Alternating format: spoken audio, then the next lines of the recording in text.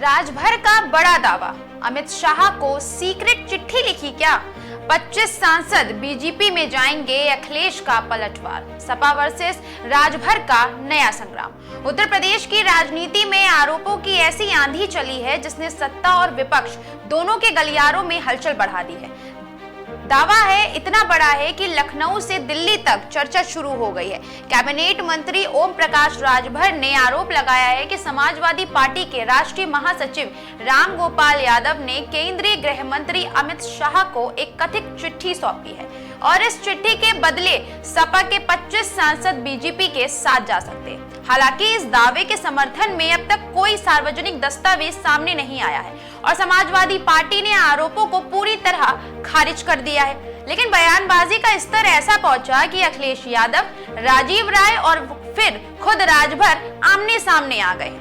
नमस्कार, आप देख रहे हैं आगाज टाइम्स में, आपके साथ शिल्पी जायसवाल। आपका स्वागत है हमारे राजनीतिक शो में।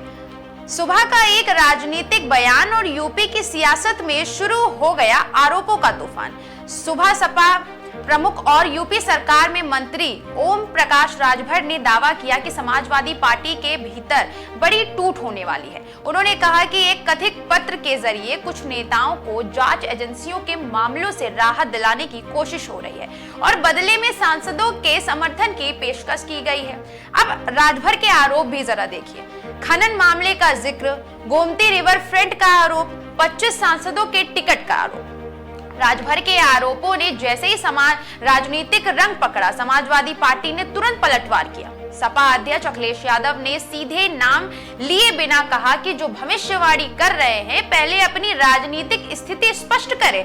उन्होंने टिकट के नाम पर एडवांस लेने तक का भी आरोप लगा दिया है, जिसके बाद सवाल उठ रहा है कि क्या वाकई सपा में अंदरूनी हलचल और यह 2027 की राजनीतिक रणनीति का हिस्सा है। इसी बीच घोसी सांसद राजीव राय भी मैदान में उतर गए। उन्होंने राजभर परिवार के दावों को गंभीरता से न लेने की बात कही है और इससे केवल राजनीतिक बयानबाजी बताया है। लेकिन कहानी यही नहीं खत्म हुई है। राजभर ने एक और पोस्ट कर दावा किया है कि अगर वे कथित मामलों में नाम सार्वजनिक कर देते हैं तो राजनीति में बड़ा भूचाल आ सकता है। दूसरी तरफ डिप्टी सीएम केशव प्रसाद मौर्य के पुराने दावे की विपक्ष के सांसद संपर्क में हैं, तो इस पूरे विवाद को इसमें और हवा मिल गई है। फिलहाल इस पूरे मामले में आरोप बहुत बड़े हैं, लेकिन सार्वजनिक तौर पर कोई ठोस सबूत अभी तक सामने नहीं आया है। एक तरफ सत्ता पक्ष विपक्ष की एकजुटता पर सवाल उठा रहा है, तो दूसरी तरफ समाजवादी पार्टी इसे राजनीतिक नैरेटिव बता रही है। अब देखना होगा दोस्तों कि ये चिट्ठी कांड से बयानबाजी साबित होता है या आने वाले दिनों में यूपी की राजनीति में कोई बड़ा घटनाक्रम देखने को मिलेगा। अगर आपको हमारी ये वीडियो पसंद आई हो तो वीडियो को लाइक करें, कमेंट्स करें, सब्सक्राइब करना बिल्कुल ना भूलें और तमाम खबरों के लिए देखते रहिए आगाज टाइम्स। धन्यवाद।